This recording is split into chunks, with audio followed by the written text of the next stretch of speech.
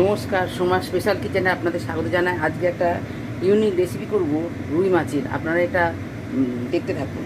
এই সাদা তেলটা গরম হয়ে গেছে, আমি এর মধ্যে এই শুধু নুন মাখানো মাছগুলো ভেজে নেব। শুধু নুন মাখানো।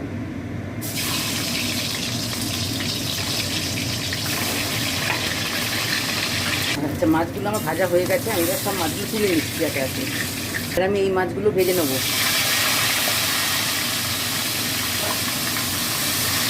এই মাছগুলো ভাজা হয়ে গেছে, আমি এবার এগুলো তুলে নিচ্ছি।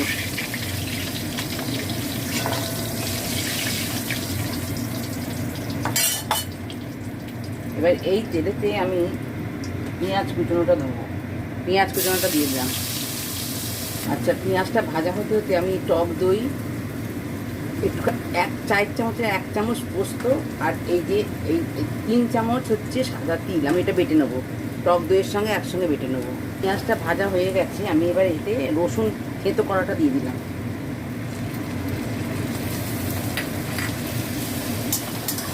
রসুনটা ভাজা হয়ে গেছে, আমি কাঁচা লঙ্কা কুচোটা দিয়ে দিলাম। এটা দিয়েও আবার ভাজবো।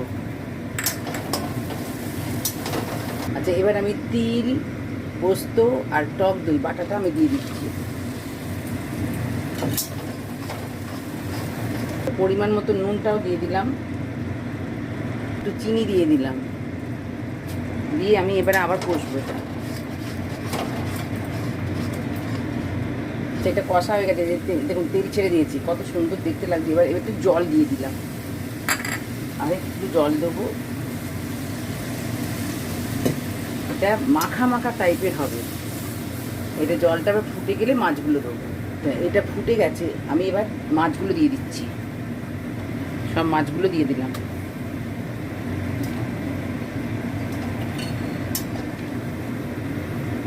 এটা ফুটে গেছে, ঢাকা দিয়ে ঠিক 2 মিনিট হবে, আঁচ কমিয়ে দেবো। আচ্ছা, এটা আমার এবার হয়ে গেছে। আর দেখুন তেল ছেড়ে দিয়েছে।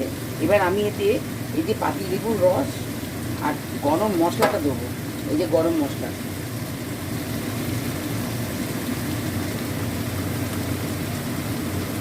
একটুখানি এবার নেড়ে নামিয়ে নেবো। এবার হয়ে গেছে, আমি এটা নামিয়ে নিচ্ছি। এবার এটা আজকে হয়ে গেছে। আপনারা এটা খেয়ে কমেন্টে জানান, এটা অসাধারণ সুন্দর হয় খেতে। আর আপনার আজকের মতন এই পর্যন্ত। আপনার লাইক, সাবস্ক্রাইব, শেয়ার করুন। নমস্কার।